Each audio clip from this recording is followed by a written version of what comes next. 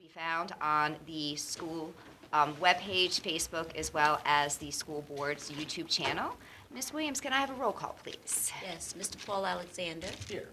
Ms. Rachel Kirkland. Here. Ms. Debbie McIntyre. Here. Mr. Carlos Vargas. I'm here. Madam Chair, Ms. Tricia Rhodes will not be present tonight. All right, thank you. Does anybody have any additions or corrections to the agenda? No, ma'am. Can I get a motion to approve the agenda? Move to approve the agenda as presented. I second. All in favor? Aye. Any opposition? Seeing that there is no opposition, the motion to approve the agenda hereby passes. Can I get a motion regarding the consent agenda? Move to approve the consent agenda. I second. All in favor? Aye. Seeing that there is no opposition, the motion to approve the consent agenda hereby passes. Now moving on to ongoing business. The 2020-21 division calendar information, Mr. Knapp.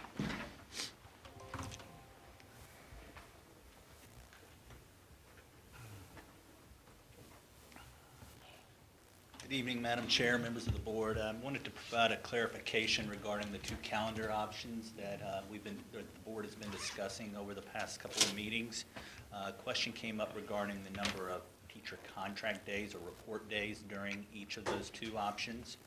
Of course, teachers do work a 200-day contract.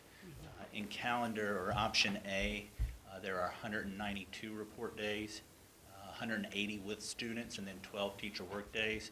2 virtual days, that would be Columbus Day and Election Day, and then 6 discretionary days for those meetings and the lesson planning and the things they do outside of normal business hours that take up so much of their time, for a total of 200-day contract. Option D is a little bit different, in which the teachers do report 193 days. That's 180 days with students and 13 teacher work days. That difference there is that the Columbus Day is a holiday for teachers, but it's made up for with a teacher work day or parent-teacher conference day in the spring, in March. There is one virtual work day, that is Election Day, so just like option A, and then there are 6 discretionary days, just like option A as well. So there's a total 200-day contract for staff. The difference is the 2 virtual work days versus the 1 in option D. Does anybody have any questions regarding that? If I remember correctly, most divisions have a standard of 195 with 5 built in. Is that like this is a little deviation, but I also can't bring up like last year's or neighboring at the moment, but is there a reason why? I don't have in my mind how many discretionary days we have currently this year, but we have done 6 days recently. I know that. Okay. And other divisions do a variety of different things, so it's not just 4. Wavy Guide. Wavy Guide has that information. Okay. Is there any other questions? Thank you, Mr. Knapp. Thank you. All right, now moving on to fiscal year 20 revised budget discussion, Ms. Kelly.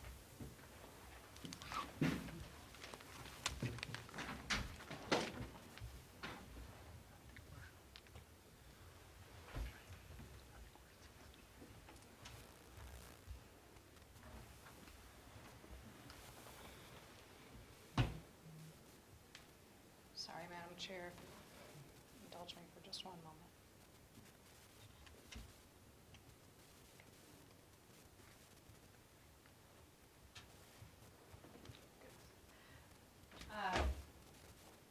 As we look at the revised budget, really, our forecast for the remainder of the year, there are a couple of things that we wanted to make you aware of.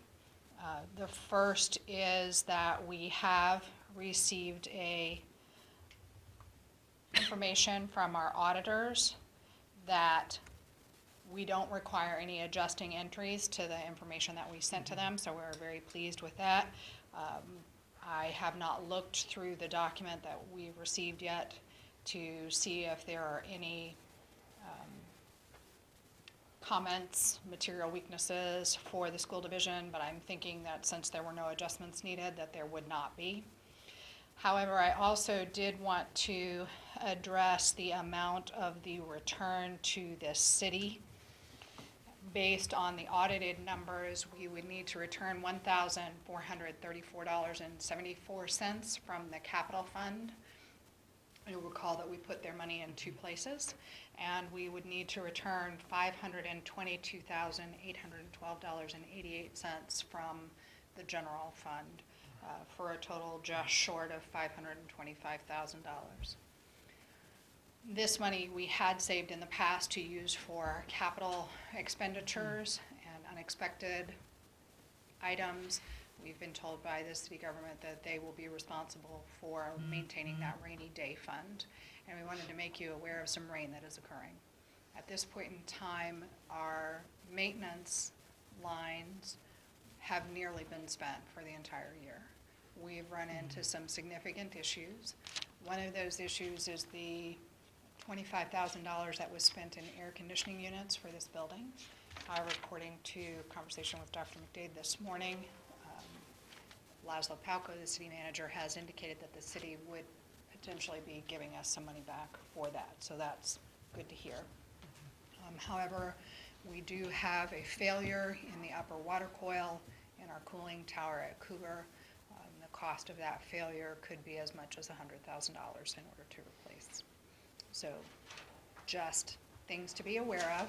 We have beautiful buildings, but they are 20 years old. It's hard to believe, but they are. We've maintained them fairly well, but we do have some systems that are beginning to fail. And we're feeling the heat of that in those maintenance lines. We have also had to add a number of new positions this year due to critical need. We have added an ESOL teacher at Cougar Elementary, Manassas Park Elementary, and Manassas Park High School. This is related to the high level of non-English speaking students who have entered our division over this last year. Many of them, the ones at Cougar and MPE, obviously haven't been through much formal education, and sadly, many of the ones at the high school have also not had much formal education. So at the high school, we are dealing with not only the language barrier, but also trying to scaffold and support that lack of education, formal education that they may have had in their home country. We also are pleased that our school division remains a positive place for students with special needs, and we are seeing a growing number of special needs students in our pre-K program, with enrollment pushing close to 30. That, of course, requires an additional teacher. That position was posted today. So for that teacher. We have also had a change in staff, a resignation in our technology department, and in order to maximize and capitalize on this, that level 2 position that was vacated at the secondary campus will be replaced with 2 level 1 positions. Mr. Neff indicated this morning that we actually have quite a number of good applicants in the pool for that. We're very excited about that, which would allow us to achieve our budget goal from last year of having 1 technician at least in every building. Our remaining level 2 tech will move to a division-wide position, similar to what we did with the ITRTs and ITSs in this last budget year, having that level 2 or the ITS serving the division, and then level 1s at each of the buildings. The transition from the level 2 to level 1 should not create a significant burden on the school division, because of course there is some differentiation there in salary. However, the addition of the other positions do eat up any remaining vacancy savings that we had from positions that turned over in the summer that weren't part of the budget, that may have been replaced with people requiring a lesser salary.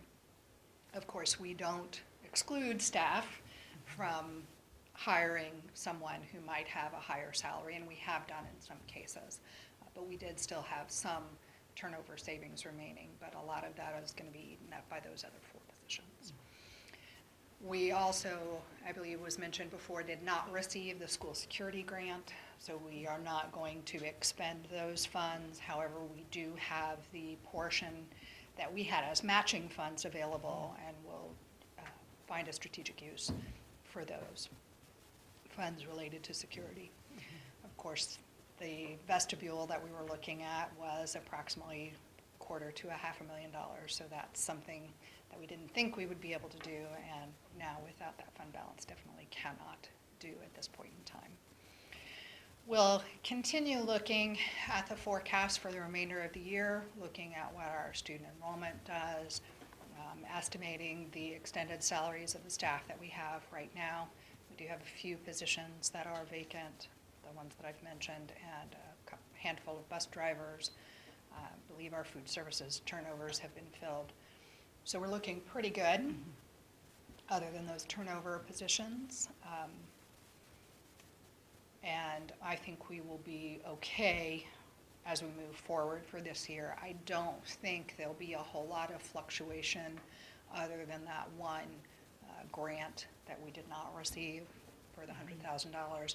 Our ADM, while it's appearing to be a little lower than what Mr. Mammon and I had originally projected, I don't think it's going to be a significant loss of state funding. So we will continue monitoring that, take a look, of course, at the caboose bill when the governor's budget is released in December. You mentioned that we're running pretty thin on the maintenance. Is that, and my question is, how is that going to affect our snow removal efforts if we happen to have, as everybody's saying, a Snowy difficult, winter. yeah. Is Well- that that's part of maintenance, correct? I mean, we use our maintenance folks for The that. maintenance piece that we are pushing up against at this point in time most closely is our contract services, and we don't contract the snow removal. That's part of our ADM contract. Okay. Of course, if we have to purchase additional ice melt and those kinds of things, that would eat into the funds that we have already planned in materials and supplies for our maintenance lines. Okay. And of course, if we have any of our staff that are used, that would then be required to have additional hours or overtime. Correct. But a lot of that snow removal is ADM and is part of their ABM, sorry, and is part of their contract. Okay. So that's already under Right. contract. Yeah. And we do appreciate the support that we get from the city with plowing the lots and some of those things, but again, technically doesn't require additional materials purchases. Correct. Kind of dovetailing off of that, I mean, he did make a point, and that was something I was gonna ask about the snow removal, but, you know, this is just the beginning of December, and there's a whole lot left of school year, there's a whole lot of school year left. Normally, you wouldn't be pushing up against the maintenance line like this, but you have, and you know that there are things in the opping. I'm just concerned, you know, as we all know, that there's discussion of new development and potentially additional students. And I know I'll be going down to avail myself of the opportunity to speak about it. But within the context of your presentation, do you, obviously, and you've always done a phenomenal job in terms of addressing things as we go through the year, but do you, I'm trying to decide how much concern I should be reading here, because, you know, as much as I trust you that you're you know, incredibly competent and you know exactly what you're doing, I'm a little nervous knowing that we don't have any fund balance at all, except for what could be by the grace of the city, and that does make me nervous. Ms. Kirkham, did you happen to see by any chance about 15 minutes ago, Ms. Kelly did send out a very detailed response I to did some of the not, questions? because I came in here, I sat down, so yeah, No. just, Which underscores your thought that she is extremely competent. She had most of it stored up here, and she... Oh, I'm sure she has a file on her desk, on her desktop. Absolutely no lie. It's these same questions. It's like Groundhog Day. It comes up over and over and over again. It just, I always admire her candor. I didn't mean to interrupt, but I'm a little nervous in the scenario that we're facing. I would encourage all of you to take a look at her email. It does specifically spell out the impact that an increase in enrollment would have on our financial picture, our operational picture, and capacity and other such issues. So a lot of it hopefully will be addressed in her response. I'll keep Okay. you abreast of ongoings on Wednesday. Thank you very much for addressing that. I do appreciate it. Not a problem. Do you have any questions? Yeah, just real quick, from the security grant, is that the situation where we just didn't get it, or was that's the one where like we don't qualify of every other year? I know there was a. Yes, I believe Ms. Braswell has indicated that we typically are not eligible every year. Right. And since we did receive it last year, Okay. we didn't feel that we would be eligible this year. Right. They try to spread those funds around, That makes but sense. we're going to apply. Try anyway. And so we put the revenue in with the offsetting expenditure and the required match that we would have, the 20% match that we would have had, with the understanding between Ms. Braswell and I that if the funds weren't received, then the grant amount would not be Right. available, but the match portion would be to fund alternate projects of cameras or other such things. The other question I had got back to your first point about not just for the air conditioning, but it kind of brought up a question to me of how do we handle the expenses, the facility expenses associated with this building, the CAM costs, all of that. I mean, I'm assuming the air conditioning is for the entire building, but it sounded like the schools paid for the air conditioning to be fixed. So I'm trying to understand, is there a shared expense with the city in these instances? So the air conditioning, in my understanding, does have zones. I'm not sure if it's restricted by floor or not, but one of the units that went out definitely affected this room, as we were aware last year, the temporary units that were brought in. We pay a percentage Okay. of the water, sewer, electric bills related to this building, to the city on a quarterly basis. So it would stand to reason if we were doing something that wasn't an improvement strictly for us. Right. Because we've paid for modifications to offices and those kinds of things that simply benefit us, that there should be some sort of shared, it hadn't really come up before. So I appreciate Dr. McDade bringing it up to Mr. Palco when they met last week. Yeah, I agree. I was just curious, just going to raise the question. Thank you. And usually around the December timeframe, if we need to present a revised budget to the governing body, we do. Does it look as if we're going to have to do any sort of budget amendment at this juncture? We haven't always done that budget amendment in December. We did last year because of their request for how we changed our appropriations response. I feel our appropriation request is solid regardless of what our ultimate budget may be. I think that anything that we have within our budget right now is going to be a shift of items as opposed to a change in numbers. I don't foresee anything coming out of the caboose bill that's going to grandly change the revenues that we're going to receive in either way, in either direction, either positive or negative.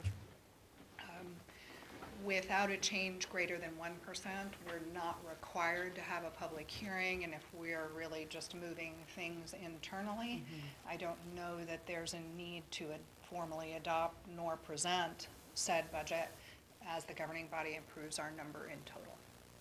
And if a significant maintenance cost comes about, let's say, for example, for $100,000 that we don't have the ability to readjust funds for to be able to cover that expense, have we before in the past gone to the governing body to make a request for funds? Because I know that history at least allowed us to have a fund balance, and I didn't know if this is an unusual situation where if that does come up and we don't have the funds, there obviously has been the promise that they're keeping the money for a rainy day for us. Have we ever done that before, where we've requested that they take their rainy day funds that we've given them our fund balance to set aside for? Is there any sort of precedent for that in the past? Because I am very worried that if we need that money and we don't have it, Yeah. In 2010, 3 months before I took this position, the governing body came up and notified the then superintendent that there was a $1.7 million true-up due to the schools related to the revenue sharing agreement that existed at that time. That was insurmountable by the school division through quick action to reduce costs across the division, some changes in our accounting policy. We ended up finishing the year $15,000 in the black. But that was also including my very first governing body meeting, where I remember we requested an increase of 1.5% on the 57% revenue share. And Mr. Nadoni asked me what would happen if we didn't do that. And I said, well, probably our teachers wouldn't get paid over the summer. And they provided the 1.5% increase. That is the only instance in my 10 years here that I know of the governing body providing an increase for any reason. We have not gone to them with a capital need as of yet. And while it was stated, I believe by the mayor, but I don't want to misspeak, while I believe it was stated by the city government that they would provide our emergency funding needs, I don't believe that we ever discussed that mechanism. What qualified, when it would be paid, if we had money to fund it, if we didn't. I don't believe any of those questions were addressed at that time. and that's my understanding as well. And I would say that's my understanding. I'm not sure that I don't think that we can be afraid to make that request. This is 10 years for you, 12 years for me. You're right, that was the only, and I do remember that with Sue Haas. And that is the only time that anything like this has come up, but we've always been able to manage our own affairs, and for whatever reasons, how we got here, this is where we're at. And I think, we can move things around, play a shell game, but at some point, it's going to start impacting the educational experience of our kids. Which is now. And so I would support, whatever it is that we have to do in terms of making a formal request and bringing these needs to the attention of the governing body. I'd like to ask Mr. Neff, since he supervises the maintenance department, if he could provide any additional information that I don't currently have related to the costs and estimates that Mr. Simpson is getting for the work to fix the chiller. Well, today they brought in the cameras and a lift to look inside the chiller to see if it could be repaired, but there was concern because there are 3 holes in the coils at the top of the chiller. So they're going to need to be replaced. And Mr. Simpson indicated that he wasn't sure what caused the corrosion to make those holes, other than the water going through it, or maybe there's some dirt particles or something. So he was a little concerned about maybe the water authority and the cleanliness of the water because of the 3 holes. So he's asking for an estimate. We're waiting on that. We don't have a total amount yet for repair and replacement, but he hopes to have that in the next few days.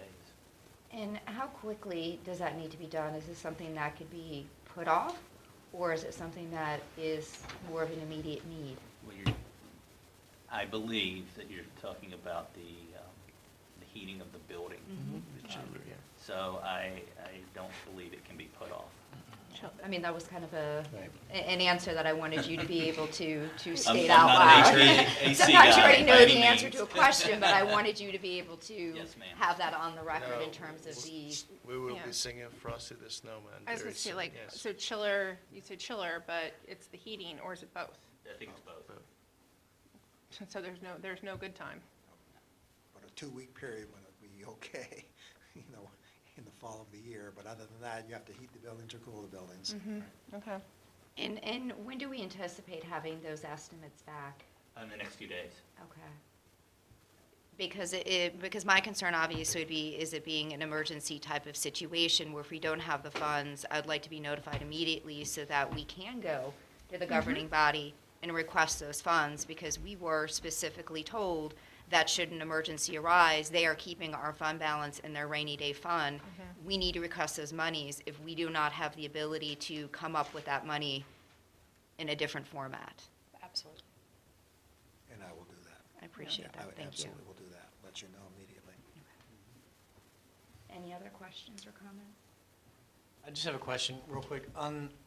When the roof leaked last year in Cougar over Christmas, I'm anticipating the governing body's like, okay, this is the first year you guys haven't had fund balance, and now all of a sudden you have an emergency. How coincidental. I'm trying to look at it from the standpoint of, in previous years, we can provide them the examples to show where that fund balance addressed this emergency that we, so therefore never had to go to them with, correct? So like the Cougar roof leak from last year, we used those kind of funds for those problems, correct? Insurance. Not And last insurance. year. I'm just Last trying year to, we had- They took our fund I'm balance from last anticipating year. the pushback of the, okay, we took your fund balance, and now all of a sudden, here comes the first emergency, that you guys have had, and you haven't had one in however long. That's just that argument that I'm making. I would say no. Our change that we had was the $225,000 installation of the cooling tower at Cougar one year and at the high school another year, where we did use fund balance. We did not use fund balance last year for the roof. We found adjustments and savings and Gotcha. other things. The maintenance lines have tracked from a budget standpoint for several years, but I think as we hit the 21st birthday, 22nd birthday of the high school, we have to consider that our maintenance costs are going to begin rising exponentially. I was just concerned that, I wanted them to understand that we're sincere in our request. It's not Yes. that we're just trying to Well, and that find a was- way to get more. And that was my question as to the process, right? Is it only repayable if we've exhausted all of our other funds? What other Right. cost-saving measures do we have to take in order to attempt to come up with the Yeah, funds? justifications for it. Right. What if we request it and then have a $100,000, $200,000 fund balance? I mean, we know that any fund balance goes back, but Right. Yeah, but, let's just be realistic. Short of having a crystal ball, we're not gonna be able to ascertain that. If something catastrophic were to happen over Christmas break, it is what it is. So I think at this point, I think the conversation should probably go towards exactly what you mentioned. What is the proper process and procedure by which we can actually reach out to you, governing body, with some needs that were unforeseen and they're expensive. I think that's the next conversation. I think any other thing at this point is just conjecture on our part. Yeah. I concur with that. Is there any other questions or comments? Thank you so much. Now going ahead and moving on to fiscal year 21 budget book information. Ms. Kelly again.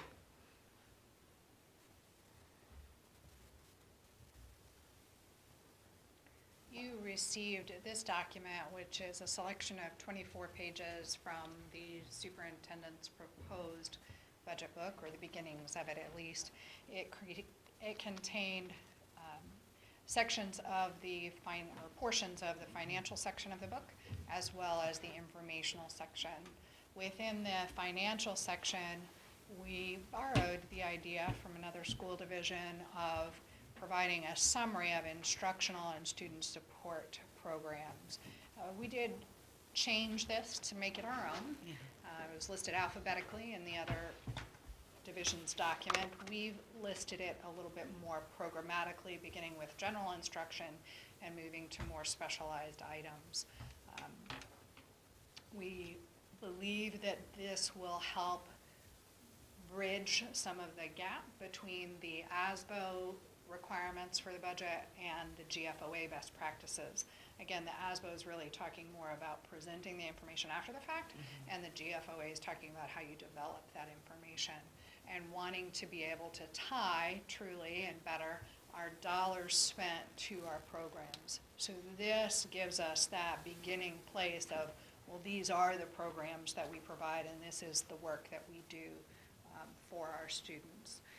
So I wanted to ask, I have received a couple of corrections from Mr. Alexander. Thank you very much. This was not completely proofread, so any typos, periods, extra things that you found, please do send them my way. But beyond those kinds of things, did the school board have any comments, concerns, things that they felt were missing, extraneous? No, I'm glad to see especially the alternate, the way that the alternate, it says at page 7 or 8. Non-traditional what is it? programs? Yes, you know, because that, a lot of times that gets lost in the, in everything else.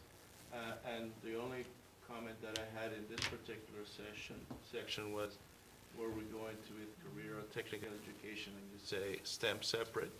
I mean, based on what you've listed in here, I honestly, at this point, and I don't know how everybody else feels about it, that I don't think STEM per se needs to be called out. I had a conversation with Ms. Wolf, our CTE and STEM specialist. Unfortunately, about 45 minutes after I hit send to post this for the board, and she apologized for her late response on my initial email to our staff on comments for those things, and she is attempting to write something at this point in time that may differentiate some of our STEM work, especially at Cougar and MPE, because it is very specific. Specific, okay, all right. And so we'll take a look at what she might be able to put together and see if it's required to add here. Well, I mean, I guess you could, I mean, when you look at it this way, that way, when you separate the elementary schools from middle school and high school, yeah, it's a different focus, right? Right. At the elementary school, it's more of like, you know, what do you want to be, you know, how do we introduce you to sciences and engineering, versus the other one is more applied, right? How can you, you know, how can you actually get some of that stuff? That makes sense. And I'm, okay, so I'm glad that that is in the works. The other question, which I asked of Rachel, but, you know, earlier, you know, when we came in, it's just like, I noticed, and perhaps I should have noticed earlier, since I've been around for 6 years, the fact that the chronicle absenteeism jumps incredibly high from middle school to high school. I was looking at the numbers, and that kind of, you know, gave me a lot of pause, especially with all the stuff that we have, you know, with the new requirements from the state, as far as making sure that, you know, attendance, that kids, you know, that they're in school, period. So I wonder if you know, if you had any comments. I mean, is it to be expected, you know, as the kids start getting older, they start playing hooky? Let's see, that was almost towards the end of the document. So you're talking about the informational section here? Yes, ma'am. And we added information. We already had our on-time graduation and dropout Yes. rates, but we did want to add some data, which was here on page, I think this is 23, 24, about yeah. student attendance. Yes. And the chronic absenteeism that is part of the report for us. For the school, yes. And we do have some interesting information there. I see that bar that you're talking about here, the big jump at the high school. That was last year, but of course, if we look at the orange bar the year before, the middle school was higher. So it may be that each school has their own year and it will be MPE's turn next year, I'm not certain. Okay. But I do think that overall, we see that the high school and Cougar have, in general, higher averages of chronic absenteeism. I believe that Ms. Gwen, in the instructional presentation that they gave at the last meeting, focused on the need to educate kindergarten parents of just how important it is to have your children coming every day. Yes, you do actually need to show up. It doesn't matter that they're only 5, they need to be here. So I think that speaks to some of our education of the community and the impact that their love of their children and feeling that it's not a big impact if they stay home an extra day or two, the little babies. And I can understand the difficulty of letting your kids go on to school that some people may have. But we need to continue with that proactive education at that area. And we're very thankful for Kelly Patullo and, of course, our parent liaisons at those levels that can do that kind of work. At the high school, a lot of that revolves around our non-traditional programs, working with our community liaison, our parent liaisons, our guidance counselors, and our front desk attendance officer. Thank you, sorry, I don't know why that was so hard to come up with. To ensure that the students know, that the parents are notified, that we work to try to find an alternate path for students that may have some challenge at working to support their family, may have some kind of emotional or other educational difficulty, to try to reach them where they are and ensure they come to school. I think that just emphasizes the importance and values of those programs. And again, we can point to these things. That's why we wanted to put these things out here now. These are the basis, the analyses for us to say, this is why this position Has been- is so important. Well, and that's And has exactly, been. that's exactly where I was going to, because there's, the concern is twofold, right? The school division has been proactive in taking the steps to reduce that, knowing what's in the horizon, right? Because at some point, from a presentation that I think it was either you or Dr. Jackson did, Dr. Jackson. in which that is really, it's going to be one of the grading points for our accreditation. So, at the same time, I have a concern. I'm very thankful that we're taking whatever steps we can, short of like literally, going knocking on doors, which I believe has happened before, to make sure that the kids are in school. So those were my only two concerns, and especially when I saw that jump. But you're right. I mean, one school had a big jump one year, but Overall, the high school yeah, is exactly. higher. Right, exactly. I mean, every piece of data, good or bad, has a budget priority tied to it, whether it's getting kids into school or getting them to perform to their best. I think the only comment I would offer on the STEM, if this is a forward-facing document for our community members and our parents, I do think STEM is such a buzzword within parenting circles, within, just their generalized knowledge of education, that I would almost keep them, I'd want STEM there somewhere, because it is such a part of their understanding. But as a Yeah. forward-facing document, all of this information and the organization of it is incredibly valuable, just for the reasons, that he was pointing out. Why we need the things that we do, why positions are important, why work and initiatives are important. So that would be the only thing I had to offer. Any other comments or questions? On the any other part of the document, or? Yes, Yeah, yes, any yes. All right, so on yes. I have a question on page 18, and I just wanted to, if this was just for my own understanding, referencing the certification for free and reduced lunches, and how we are not eligible because we don't do direct certification, we do through application process. Would you be able to explain? That's true and not true, so maybe I need to change the wording here to make it clear. We are not eligible for the CEP program because we do not have enough direct certification.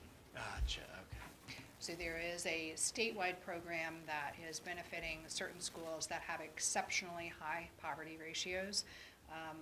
I believe Mr. Taylor, our food services coordinator, has indicated that to be truly beneficial, you would need a poverty ratio of greater than 80% and from direct certification. So we would need notification of SNAP, TAMP, and Medicaid doesn't always qualify because there are different reasons that people can be eligible for Medicaid that don't make them eligible for the free and reduced meal status automatically. What we do see, though, is that most of ours, over 50% of our students who are free and reduced meal eligible, are so because they have filled out the application, not because they have been direct certified. And that's why it's so important at the beginning of every year that those people fill that application out again so that there is no gap in services. Any other comments or questions? All right. Thank you, Ms. Kelly. Now, going ahead and moving on to the capital improvement plan. Ms. Kelly again.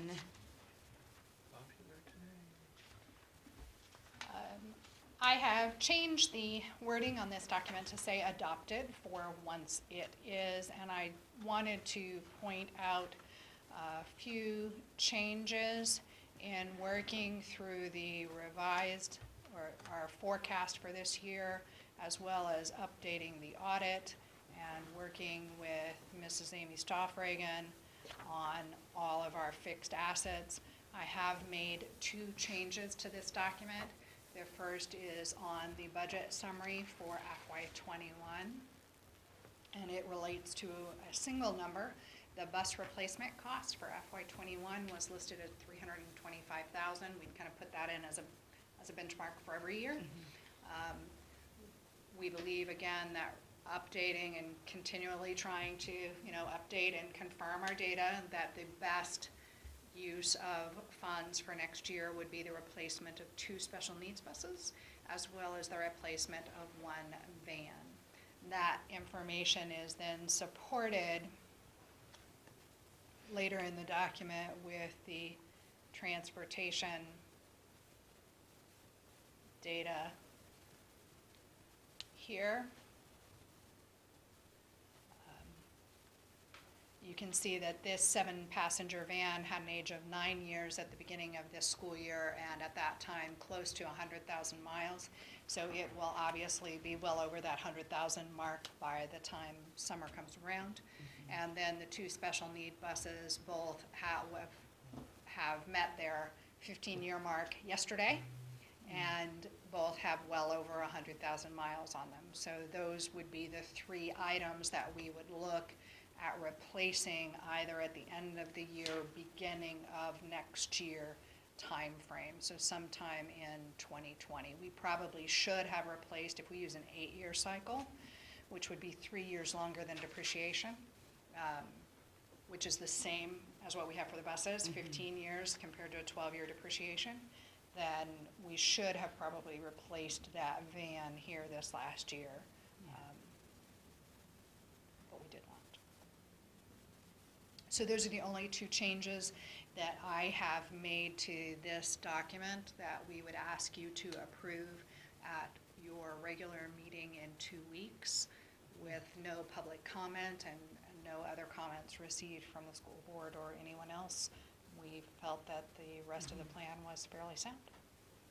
Does anybody have any questions or comments? No. Great, thank you, Ms. Kelly. Now going ahead and moving on to new business, staffing ratios. Again, Ms. Kelly.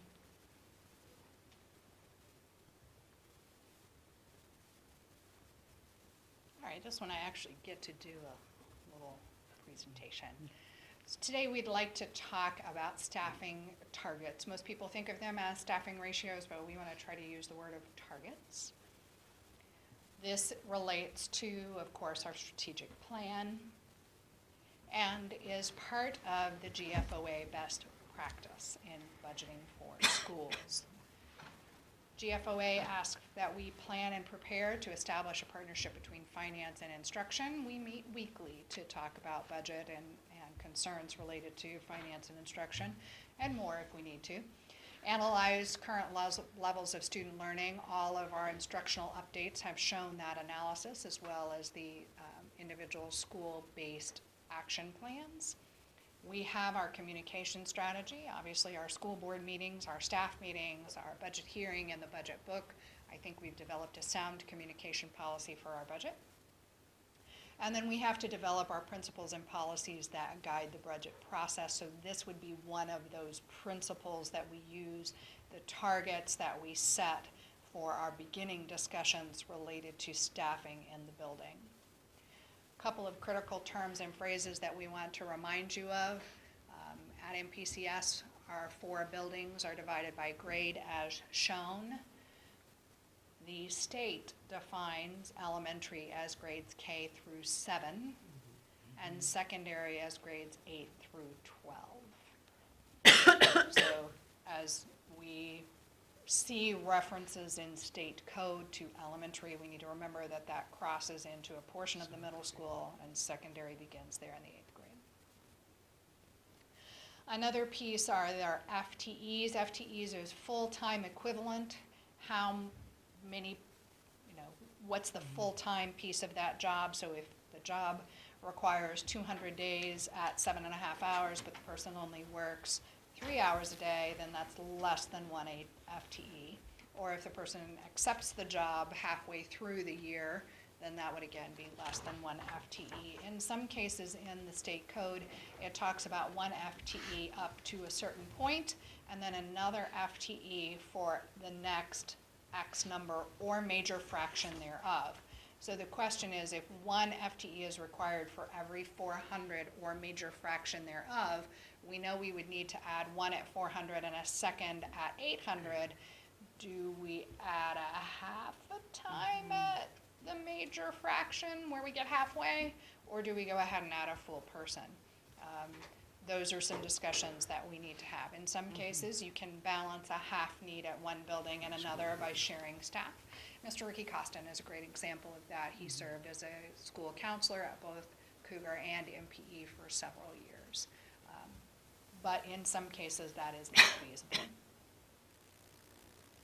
We'll begin at the top of the buildings with our principals. Nothing on this slide has changed from last year. We do want to point out again that we list the state regulation in this first column and the MPCS draft target in the last column. Again, our target, because that's what we'll begin with, and then we'll take a look at programmatic and other considerations that may require those numbers to deviate once those ratios are calculated. Each of these slides also lists the code section that is relevant to that supports the information in the state regulation column.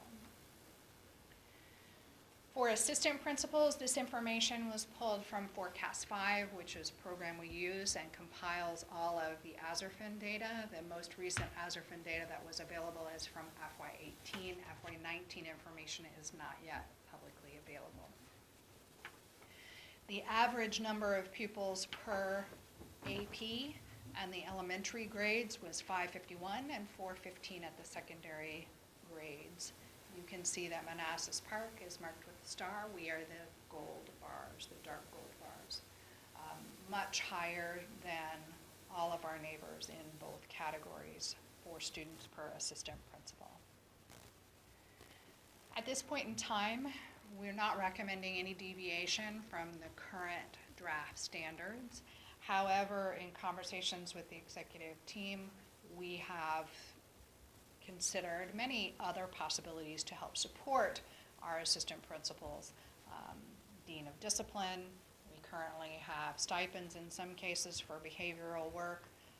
assistant principal level 2 as opposed to an assistant principal. We see that in other jurisdictions. They have an AP1 and AP2, or using an administrative intern of some sort, a teacher that is freed from instruction for one or more blocks a day to assist with administrative duties. All of these are things that may or may not have the same cost as an existing assistant principal that could provide assistance with some of those duties. Students per teacher, we see that we are competing fairly well with our nearest neighbors. Manassas City is the bright blue bar to the left of us, and Prince William County, the black bar to the right of us. The average for students per pupil in both the elementary and the secondary have declined from last year. I think we're sitting in pretty good shape there.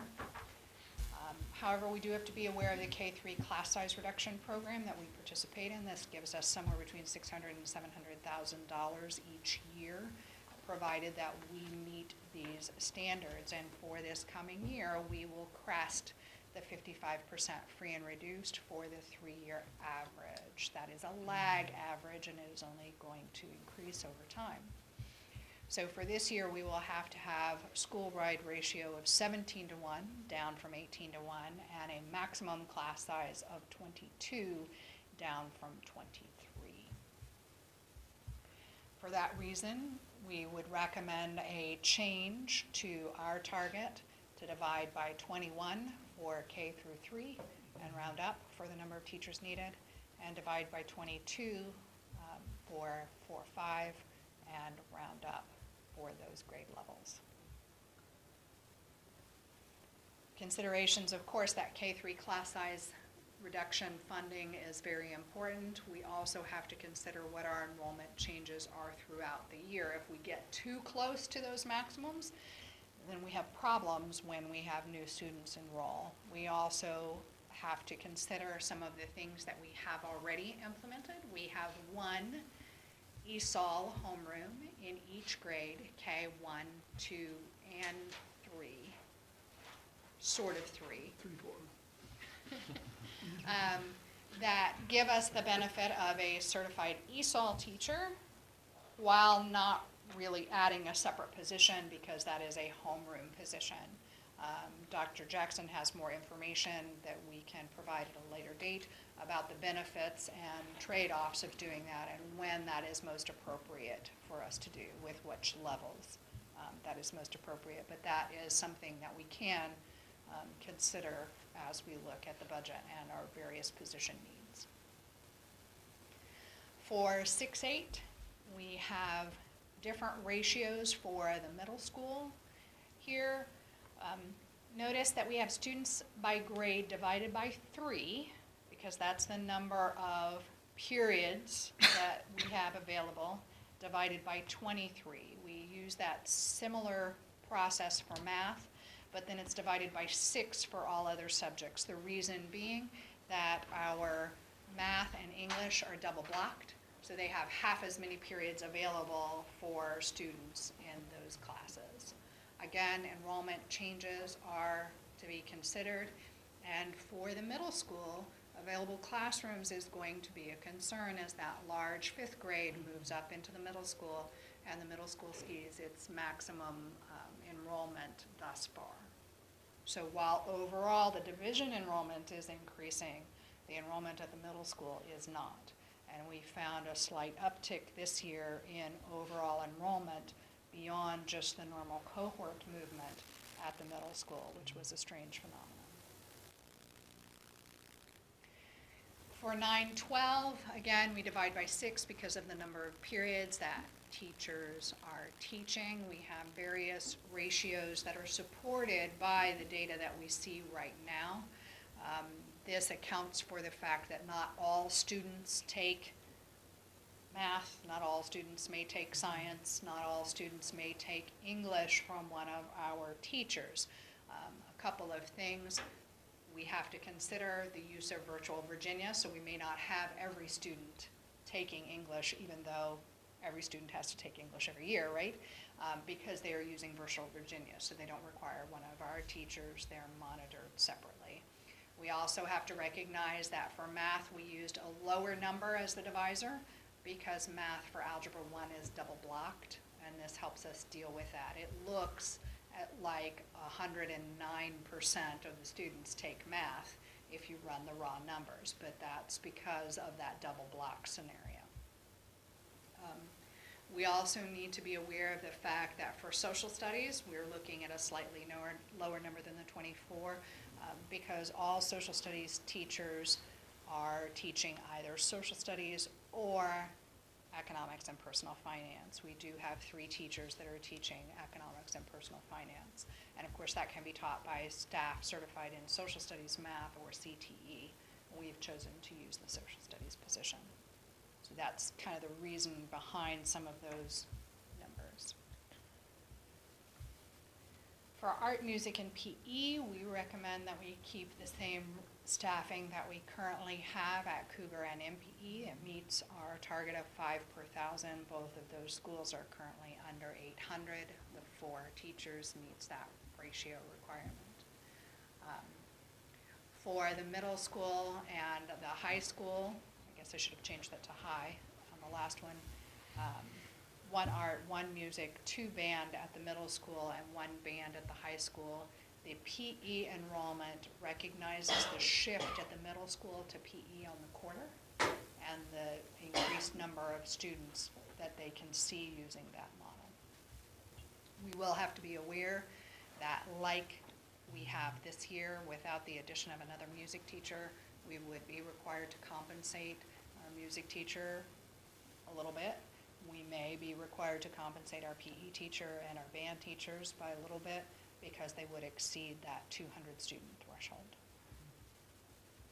We don't run into that problem with any of the other courses that we have at the middle school or high school. Again, considerations are available classrooms and need for electives or specialty classes. As I said on the last slide, one of our problems are those specialty courses. We only have 1 course of AB and BC calculus, 1 course of discrete math, 1 course of, or 1 or 2 courses of human geography. So there are certain courses that then limit our flexibility with student class schedules and may make it necessary for us to add another teacher to try to encourage some students to move towards Virtual Virginia or make some other creative decisions. For CTE and STEM, we're looking on as needed based on the schedule. Right now, both Cougar and MPE have 3 STEM teachers, each with an aide in the classroom. At the middle school and high school, we have various CTE and STEM programs. There is no requirement in the standards of quality. However, we do have an allocation through basic aid of 11.3 FTEs for this year. We will not know what our basic aid allocation is until we receive that calculation tool mid-December after the governor's proposed budget. We do need to ensure that we have teachers capable of doing our vocational completer and credentialing sequences to ensure that our students are graduating with the appropriate credentials. There are different maximum class sizes per course in CTE. In certain courses, that may be as small as 10 due to the safety requirements. And of course, then classroom requirements, if you don't have the proper ventilation hoods and equipment, you can't teach a cooking class. Right. So all of those things restrict our student schedules and in some cases increase the number of teachers that we would need, and in some cases decrease the number of teachers that we can have simply from the usable space. We received notification not too long ago about a revision to the state SOQ standards, and one that is probably well justified but could create a very difficult situation across the Commonwealth is the changes suggested for the staffing targets for ESOL. The suggested revisions are seen there in the left-hand column, are based on the level achieved by each student. So level 1 would be your newcomers. level 4 would be your kids that have achieved, Almost achieved. almost achieved monitor status, but are doing very well and about to test out of the program. We don't believe it would be feasible for us to achieve those levels at this time. It would require as many as 10 new teachers for the division. So we have suggested an alternate level to try to step down. We currently meet the 58-to-1 ratio, and we agree that the leveled process is a good one, but we can't move to what the state would be suggesting, and we don't believe there will be funding. While that may end up being the SOQ, the appropriations document will override that. I'm sorry, that confuses me a little bit, because you're talking about ratios, right? And in a lot of our cases, especially at Cougar, from what I vaguely remember, it's, that's where we have the most kids, right? And that's where, at level 1 is where the ratios are supposed to be Smaller, smaller. right. So we would have but a we're- 30-to-1. But we're at, so. Overall, for the division right now, we Right. are at or below the 58-to-1 per building. Okay, that's, okay. We don't do a leveled approach at this point in time. Right. The general statement is still that 17-to-1, which gets you at a 58 ratio. Right. We have met or exceeded that in all of our buildings. However, we believe that the state's effort to change the SOQs is a good one, and we're proposing that we follow their example, just not get all the way down to the level that they're proposing at this time. Well, I mean, in essence, that would be an unfunded mandate. I mean. Correct. Correct. And So, most likely what would happen is, even if that becomes part of the SOQs, the final budget appropriation would provide a different ratio, and that's what we would ultimately follow. okay, thank you.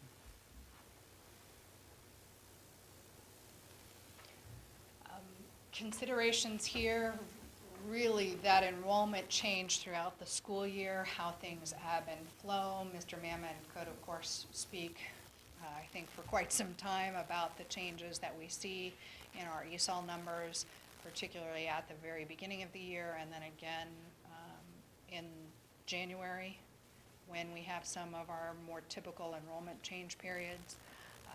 We do have to acknowledge that there still is some workload for those students on monitor status. The middle school has the fewest ESOL teachers because the majority of the students who have gone through the elementary school test out by the time they get to the middle school. But they have the largest number of students on monitor status, or almost 250. That still requires somebody to do some kind of follow-up at some time, and we can't ignore the workload on our teachers. We also have to recognize, as you said, Mr. Vargas, the typical entry level in school history for our students, and the fact that a lot of our Cougar kids are coming in at that level 1 status, and we've seen that we have a high population of level 1 at the high school as well, and those not only have that level 1 issue, but have that school history issue. And so trying to meet graduation requirements and timelines for those students becomes an additional challenge. Our staff targets for librarians or media specialists, but they're still librarians in the SOQ, so we have left the terminology at this point.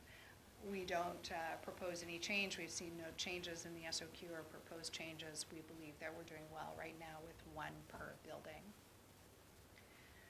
Our school counselors, that has changed from guidance counselors in the terminology that we've received from the state. This is how we compare to our neighbors in the WABE guide for FY18. We can see that at the middle school, we're right around that average. At the high school, we're a little high. This last year, we added a half-time position at both the middle school and the high school. I believe it's our hope that we can make that a full-time position at both of those buildings for next year. So our targets for school counselors, the reason for the half-time addition was the change in state code. it is provided, we suggest that we keep our number based on what they have. A reminder that our standard schedule would be 210 days. At the high school and middle school, we would have one school counselor on a 12-month contract as required by code. Another thing to remember is that they have also gotten a little more specific with the language related to the work that our counselors need to be doing, and that 80% of their time must be spent in direct counseling with individual students or groups of students. We have to acknowledge the workload that we put on them for ESOL testing, and this is where that perhaps dean of students, extra assistant principal, how do we balance all of these different responsibilities with some of the more stringent requirements that are being passed down from the state.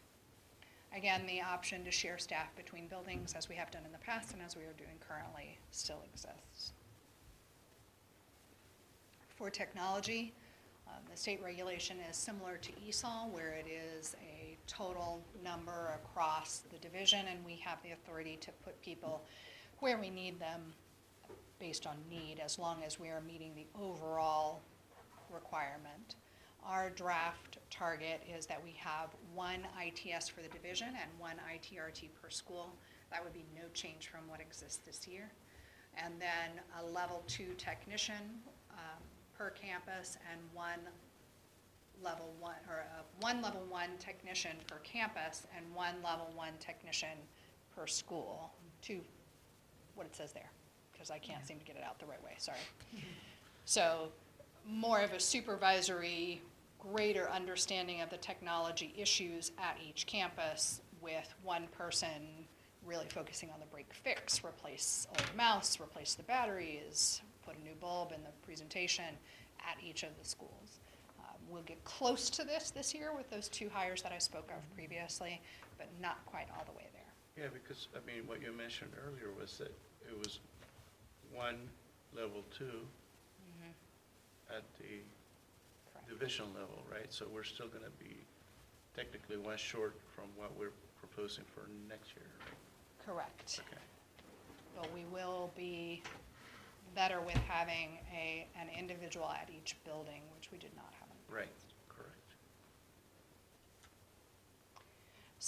Special education is, of course, special. This is taken directly from the code, the tables that are provided, and the biggest thing that I can say about special education is we allow our special education administrators to look at the caseloads, the changes in students moving between schools, our projections on taking our crystal ball and trying to determine how many additional special needs students we think might be coming in, what our trends are, in order to develop a population or a staffing that meets the requirements for our population, both in numbers and in needs. Targets for pre-K, our SPED would of course follow the SPED on the previous screen. VPI, we'd have 1 teacher for 9 or fewer, adding the aide at 10 to 18. Head Start requires 1 aide and 1 teacher for up to 18 or 19 students. I don't believe at this time we have any thoughts for expanding our Head Start or VPI programs. Of course, our special needs program is expanded based on the number of students that come to us, and we'll have to get creative with the staffing and the spacing for those students. We need to consider our available programmatic funding. We are not currently filling all of the 106 slots that we have available for VPI, but we would need to then be concerned about where we're going to put those students. Available classroom. Enrollment changes throughout the year. This is fairly stable enrollment-wise, with the exception of the special education program. And we have to have flexibility to make adjustments, as we have here this week, for the numbers and the needs of those students. Moving to instructional assistants per student, you can see that we're pretty close. They're a little higher than average at the elementary campus, and the secondary campus is wildly different. I find it very interesting that Arlington County, that had the lowest ratios in most all of the other slides that we saw, has a very high ratio here. And I think that depends on what you intend to use these assistants for. If you're using them in special needs classrooms, are you using them only for that, or are you using them for other purposes? At this point in time, at the high school and middle school, we really use our instructional assistants only in the special needs classrooms.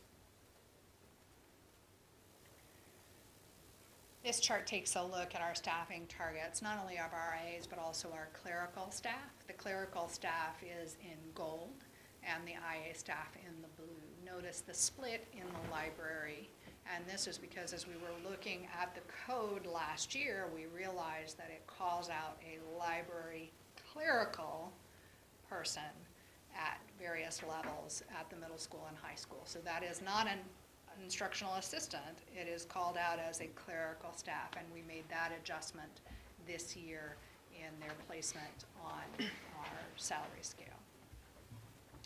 The one place that I do see that we're not currently meeting our guidelines would be here at the high school with 3 people in the front office.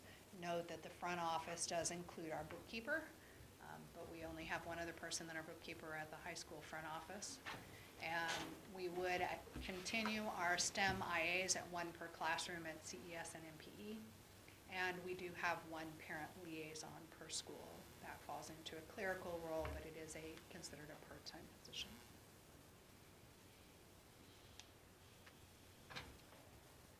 This chart makes you think that some of our neighbors don't have any nurses, and that's not actually the case. This again, takes a look at the FTEs that you have, the full-time employees that you have, and what this tells me is that Arlington, Fairfax, and Falls Church outsource their nursing contracts. So I don't think there's much that we can learn there. There are no state requirements. Our target is 1 health coordinator. That would be our lovely Nurse Shaw at this point in time. 1 nurse per school with 2 at the high school secondary campus due to the large numbers there. Considerations, of course, are some of the severity and special needs that we have within each school. If we have a large proportion of highly allergic students, we may want to shift that second nurse position to be able to cover that school. We do have a nurse training program that we help facilitate and provides us with a pipeline to new nurses. Considerations for providing additional nursing care, we might be expanding that program. Other positions, we have 1 reading specialist per school as elementary school as mandated by the SOQ, and we add 1 additional per elementary school for our Title I support. We see no need to change that. This one's in italics because that's the dream. The math specialist at each school to support that reading specialist at each school would be something that we would like to shoot for. That helps balance things. Division support positions, notice that all of these except for the interpreters and translators are not italicized. Those are things that we again need to look at in the future. How do we provide interpretation and translation services? We're currently using our clerical and teaching staff to assist us with that for the most part. Other special education positions, we have all of the ones listed on the screen except for the mental and behavioral health support. However, I can say that we have had to outsource for the last 2 years 50% of our speech pathology work because we're just having a difficult time finding those candidates.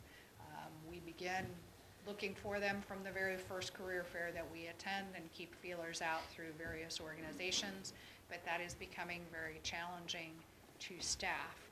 I heard in a news report recently that Montgomery County is having difficulties staffing their nurses, and I look for nurses being another challenging place to fill.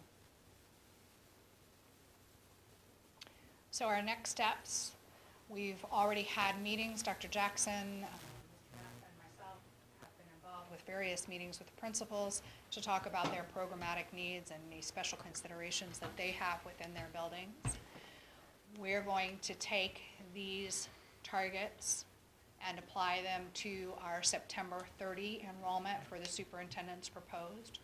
We'll continue monitoring the enrollment over the next several months to use for the final budget and see if any of those ratios change dramatically. And then we will establish budget staffing, and we'll take a look at what those numbers are for the superintendent's proposed on the 27th. And that will combine that initial ratio calculation with those programmatic needs that may cause us to differ from the straight calculation. For the school board, we're going to ask that you approve budget inputs. The staffing targets that you have seen would be approved formally at the work session next in 2 weeks. So if there is something here that you feel is out of whack, might need to be changed, needs some additional conversation, we'll need to have those between now and then so that those can be approved. And then we'll improve the final enrollment for the adopted budget in February, at the February 3rd work session, so that we have plenty of time to run those calculations to see if that makes any change. And that's what we have for our staffing targets.